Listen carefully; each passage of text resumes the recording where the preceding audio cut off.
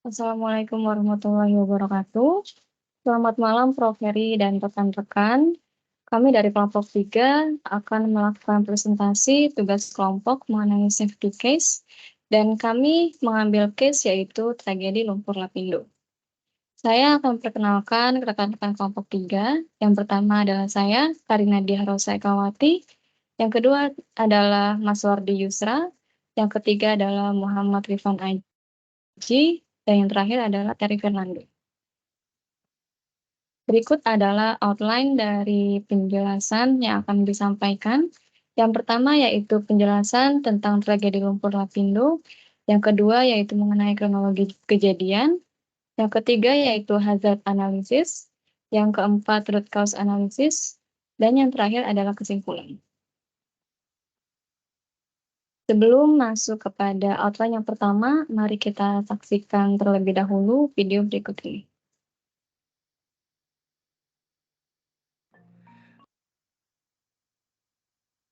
16 tahun lalu, sebuah desa kecil di Sidoarjo digemparkan oleh lumpur panas yang menyembur dari tanah.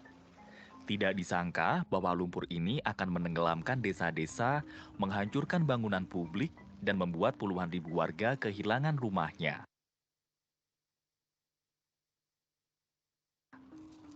Ya, apalagi kalau bukan lumpur Lapindo. Sudah hampir 2 dekade berlalu, berbagai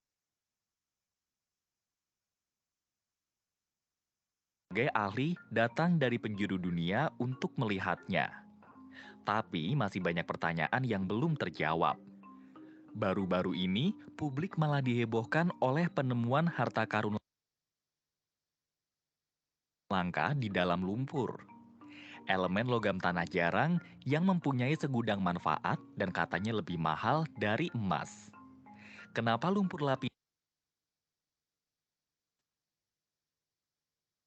bisa terjadi? Dan bagaimana perkembangannya selama ini?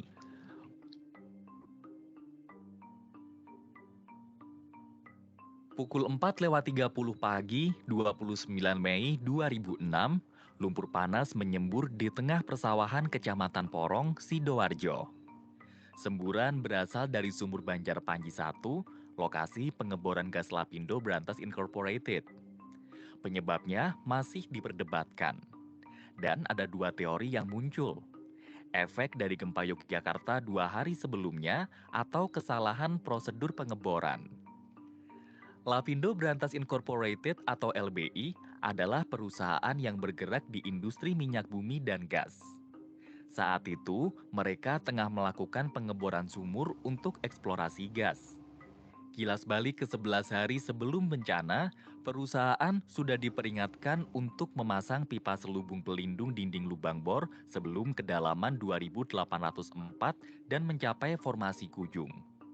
Tapi menurut Wakil Presiden Humas LBI, sudah disetujui bahwa pipa selubung akan dipasang sekitar 5 meter dalam formasi Kujung. Karena pemasangan 15 meter di atas lapisan ini berpotensi menimbulkan masalah. Pengeboran pun dilanjutkan melewati 2.600 meter. Tapi sudah semakin dalam, formasi Kujung belum juga ditemukan. Mencapai kedalaman 2.834 meter, letusan uap air dan gas mulai terlihat 200 meter dari titik pengeboran. Dugaannya adalah karena terjadi percampuran lumpur, air, dan gas dari lapisan-lapisan tanah akibat retakan lubang. Tekanan yang terlalu tinggi pun mendorong naik campuran material tadi. Semburan lumpur lalu menjalar ke perumahan warga. Gas yang keluar dikabarkan mengandung hidrogen sulfida dan meracuni 2 penduduk sekitar. LBI awalnya mencoba menghentikan kebocoran dengan menuangkan lumpur berat ke sumur. Tapi material panas tetap meluas ke area sekitar. Kemudian perusahaan membangun tanggul penahan. Namun lumpur terlanjur menenggelamkan 750 rumah dan menutup 2 jalur kereta api. Saat itu, volume semburan harian mencapai 5.000 meter kubik. atau setara 2 kolam renang Olimpiade, sehingga mampu merendam 90 hektar lahan dalam 21 hari. Tanggul pun berkali-kali jebol karena kesulitan menahan lumpur. Presiden Susilo Bambang Yudhoyono lalu menyusun strategi penanggulangan melalui penerbitan Kepres di 2006 dan Perpres di 2007. Dibentuklah Badan Penanggulangan Lumpur Sidoarjo untuk menangani luapan lumpur serta masalah infrastruktur dan sosial di sekitarnya. Tapi hasilnya tidak maksimal karena semburan lumpur harian terus meningkat hingga 100.000 meter kubik di 2008 atau dapat mengisi 40 kolam renang Olimpiade. Bahkan lumpur sampai menjalar ke Jalan Raya Porong di 2010.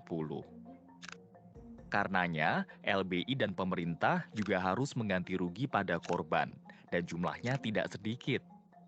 Menurut Dadang Rukmana, Direktur Perkotaan Kementerian PU, pihak Lapindo akan membayarkan ganti rugi dengan cara membeli lahan yang terdampak dengan total 3,8 triliun rupiah. Untuk korban di luar PAT, ganti rugi dibebankan ke dana APBN. Tapi hingga 2013, LBI hanya dapat mengeluarkan 3,03 triliun rupiah dan meminjam dana pemerintah sebesar 773 miliar di 2015 dengan jatuh tempo di Juli 2019. Bukannya membayar utang saat jatuh tempo, LBI malah menyatakan adanya piutang 1,9 triliun rupiah dengan pemerintah untuk penanggulangan lumpur di 2006 sampai 2007. Utang LBI kemudian akan diselesaikan melalui perjumpaan utang. Secara tak langsung, pemerintah juga ikut menanggung ganti rugi. Dengan total alokasi dana APBN yang mencapai 11,27 triliun rupiah, penanganan lumpur Lapindo tidak juga selesai di 2017. Pemerintah diperkirakan masih membutuhkan 1,5 triliun rupiah lagi untuk menuntaskan penanggulangan ini. Anggaran sebesar 380 miliar pun kembali dikucurkan di 2020. Ajaibnya, meski lumpur Lapindo dinobatkan sebagai bencana metana terbesar di bumi, kegiatan blok berantas masih berjalan. Di 2018, Kementerian ESDM memperpanjang kontrak bagi hasil dengan LBI selama 20 tahun. Dan Lapindo Berantas akan kembali melakukan eksplorasi migas tidak jauh dari titik semburan. Apa jadinya situasi ini nanti? Pertanyaannya bukanlah lagi siapa atau apa yang menyebabkan lumpur Lapindo, melainkan kapan bencana ini akan berakhir?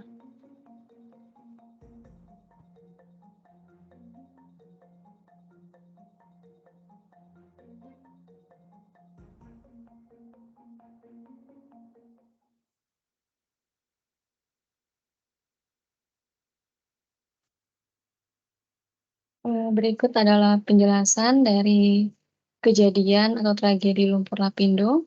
Pada tanggal 29 Mei 2006, sebuah kejadian geologis mengubah panorama Sidoarjo, Jawa Timur menjadi ladang lumpur panas yang melanda wilayah tersebut.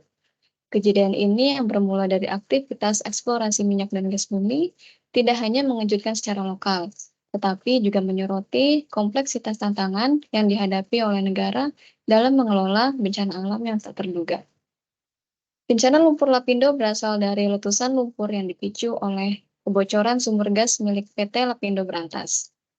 Dampaknya sangat merugikan, tidak hanya dari segi ekonomi dan lingkungan, tetapi juga dalam konteks sosial dan kesehatan masyarakat yang terdampak. Ribuan keluarga kehilangan tempat tinggal mereka, lahan pertanian hancur, dan berbagai sektor kehidupan sehari-hari terpukul. Respon pemerintah dan upaya pemulihan menjadi sorotan utama dalam mengatasi dampak buruk yang terus berlanjut hingga saat ini. Berikut adalah kronologi kejadian. Pada tanggal 18 Mei tahun 2006, rapat teknis pengeboran oleh PT Medco, INP Brantas, Lapindo Brantas Incorporation, dan Santos Brantas. Di situ, Medco mengingatkan bahwa perlunya pemasangan casing pada kedalaman 8.500 feet. Pada tanggal 26 Mei tahun 2006, pukul 5 pagi, pengeboran dari kedalaman 8.980 feet hingga 9.090 feet dilanjutkan sampai pada kedalaman 9.230 feet dan terdeteksi adanya kandungan H2S sebesar 25 ppm. Namun, pengeboran tetap dilanjutkan sampai kedalaman 9.277 feet. Pada tanggal 27 Mei 2006, pengeboran dilanjutkan sampai pada kedalaman 9.297 feet. Kemudian terjadi total loss circulation. Karena terjadinya total loss circulation dari pihak Brantas melakukan aksi yaitu pemompaan 60 BBLS low circulation material dan mencabut 4 stand drill pipe sampai kedalaman 8.737 feet.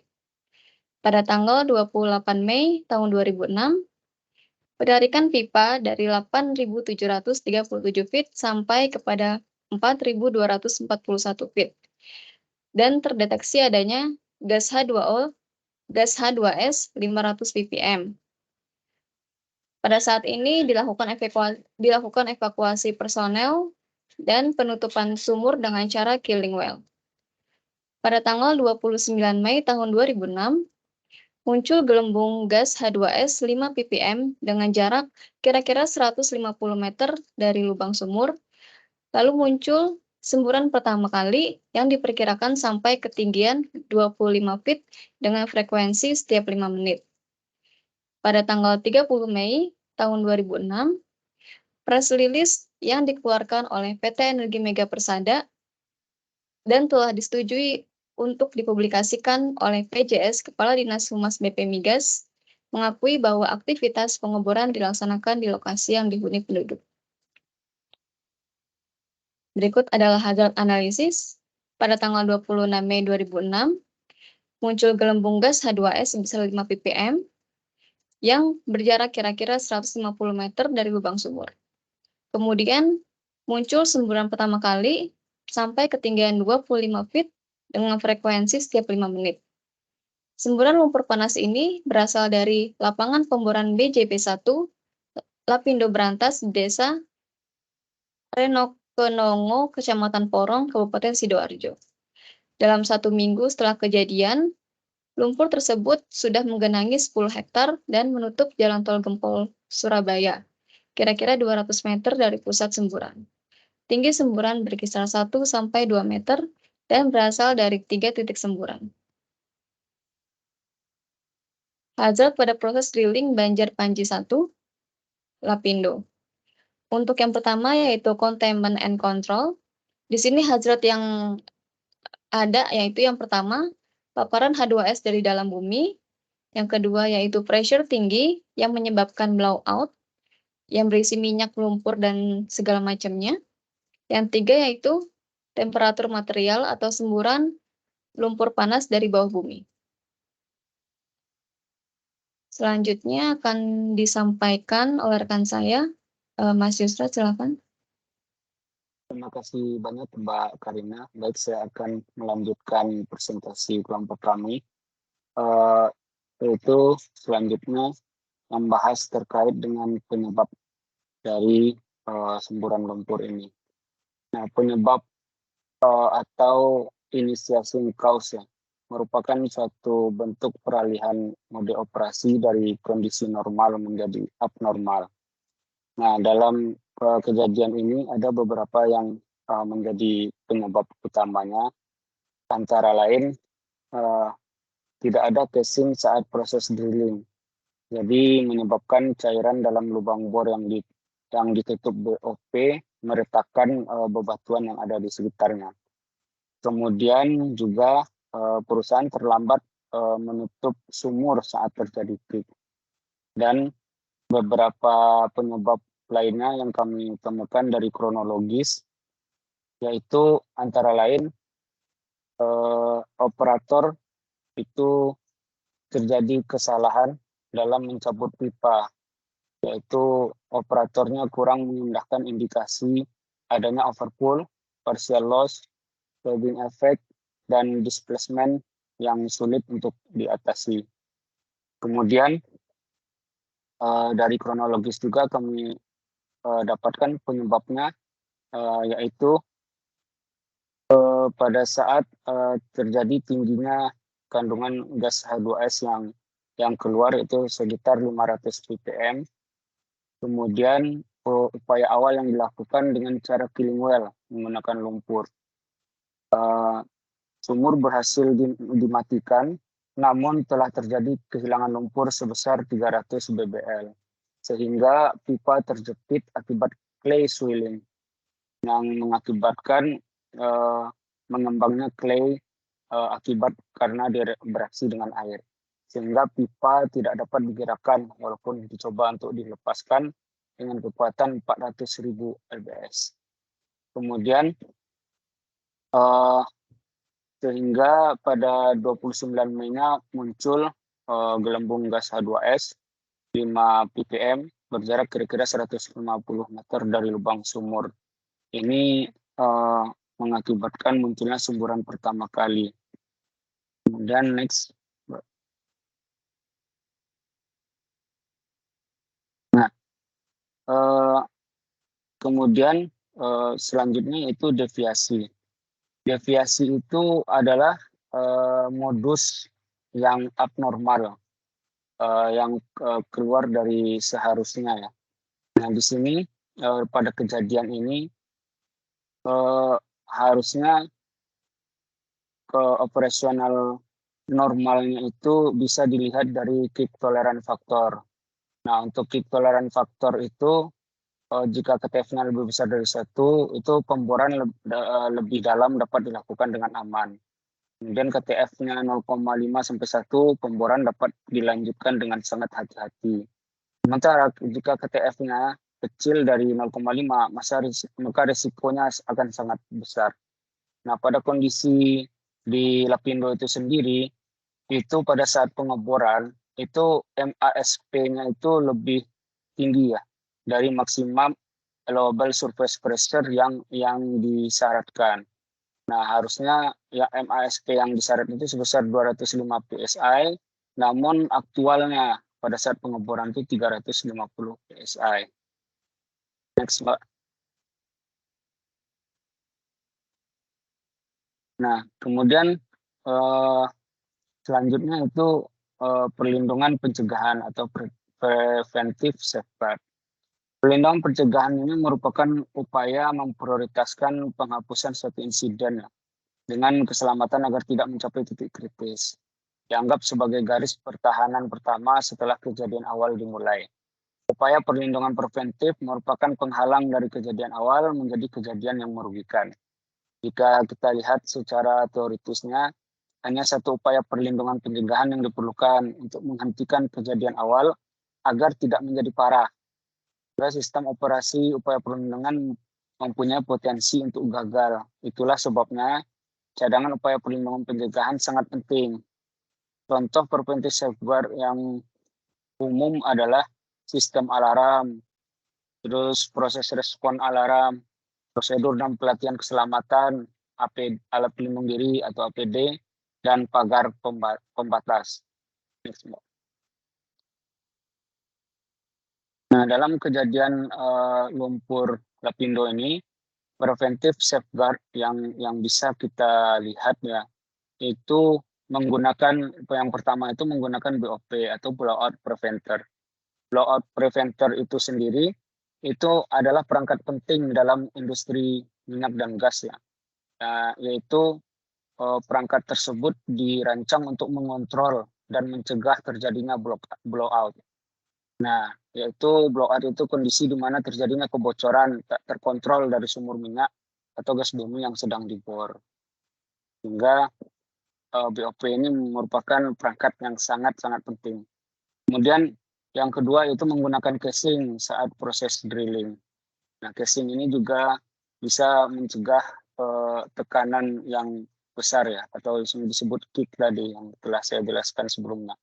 Kemudian melakukan leak of test, nah, atau mencari data-data geologis sehingga dapat diantisipasi nanti kejadian-kejadian yang bisa timbul akibatkan data geologis tadi. Kemudian selanjutnya akan disampaikan oleh teman saya, Mas Adi. Oke, baik.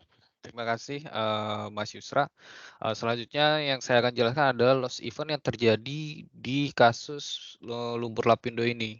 Jadi untuk loss event-nya sendiri, yaitu terjadinya underground blowout atau semburan liar pada lapisan batuan di kedalaman 9.297 feet hingga mencapai ke permukaan dan meluas ke pemukiman warga.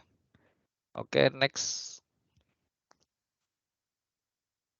Dan selanjutnya yang akan saya jelaskan adalah perlindungan mitigasi atau mitigation safeguard. Nah, mitigation safeguard ini merupakan upaya perlindungan yang dirancang untuk mengurangi dampak dan tingkat keparahan peristiwa kerugian yang melampaui hambatan upaya perlindungan pencegahan. Apabila upaya perlindungan pencegahan ditujukan untuk mencegah peristiwa awal menjadi kritis, maka upaya perlindungan mitigasi bertujuan untuk memitigasi konsekuensi bahaya keselamatan. Perlindungan ini merupakan lapisan perlindungan terakhir dalam tanggap darurat sebelum peristiwa bahaya keselamatan meluas cakupannya dan konsekuensinya menjadi kritis. Contoh perlindungan mitigasi adalah yang pertama adalah sistem penyiraman ketika terjadi kebakaran, kemudian tata letak dan jarak peralatan, selanjutnya adalah tanda keluar darurat, selanjutnya adalah poin pengumpulan, kemudian terakhir contohnya adalah stasiun pertolongan pertama. Oke, next. Nah, pada kasus lumpur lapindo ini dapat kami simpulkan bahwa perlindungan mitigasi yang telah dilakukan itu adalah dengan pemompaan 60 BBLS loss circulation material dan mencabut 4 stand drill pipe atau DP sampai kedalaman 8.737 feet. Kemudian dilakukan penarikan pipa dari kedalaman 8.737 feet sampai 4.241. Dan yang terakhir upaya perlindungan mitigasi adalah dengan penutupan sumur atau killing well. Oke, next. Dan walaupun sudah dilakukan upaya mitigasi, tetapi masih ada saja kemungkinan untuk kejadian tersebut tidak termitigasi. Contohnya adalah dengan munculnya gelembung gas H2S itu sebesar 5 ppm berjarak kira-kira 150 meter dari lubang sumur, lalu muncul semburan pertama kali yang diperkirakan sampai ketinggian 25 feet dengan frekuensi setiap 5 menit sekali. Oke, selanjutnya akan dijelaskan oleh rekan saya, Mas Terry. Silakan, Mas.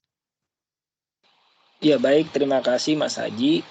Pada slide ini, kami akan menjelaskan terkait dengan root cause analysis. Jadi, untuk mencari root cause analysis, kami menggunakan metode event tree analysis. Mengapa? Karena metode ini dapat menghasilkan berbagai kemungkinan output dari suatu kejadian awal dan dapat memprediksi kemungkinan kecelakaan untuk setiap analisis output.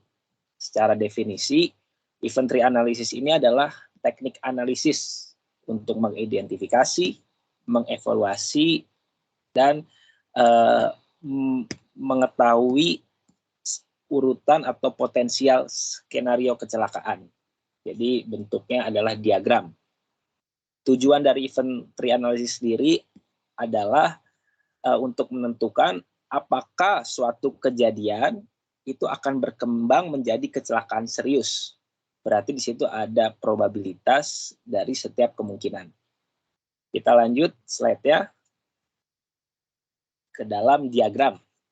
Nah, berikut adalah diagram yang kami buat terkait dengan kasus lumpur lapindo. Di dalam diagram ini terdapat 3 bagian. Yang pertama adalah initial event, yang kedua adalah pivotal event, yang ketiga adalah outcome. Nah, di initial event ini adalah terjadinya loss circulation material. Loss circulation material itu adalah hilangnya sebagian atau semua fluida pemboran ke dalam formasi.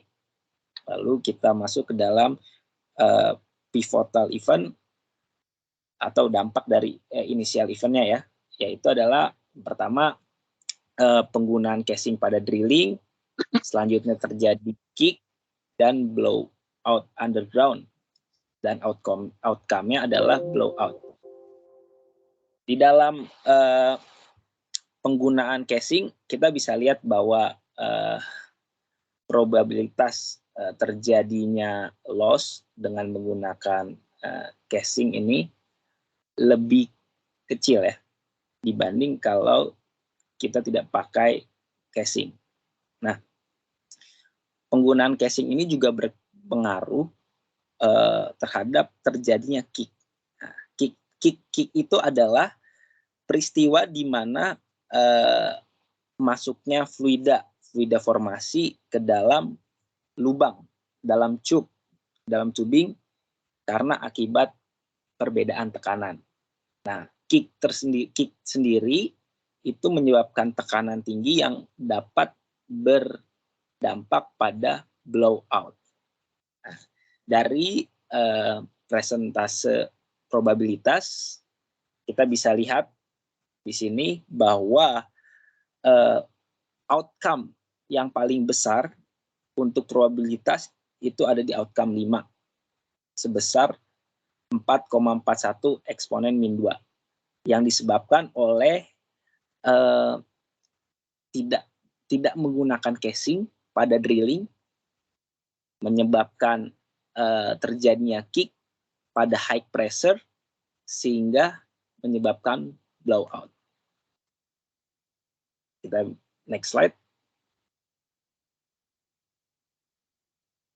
Baik, di kesimpulan dari yang telah kami jelaskan bahwa penyebab kejadian terjadinya semburan liar ini secara sederhana adalah disebabkan karena adanya tekanan dalam formasi yang tidak terkendali sehingga menyebabkan blowout. Nah, blowout sendiri terjadi karena dijelaskan bahwa ada kesalahan dalam pelaksanaan pengeboran maupun human error.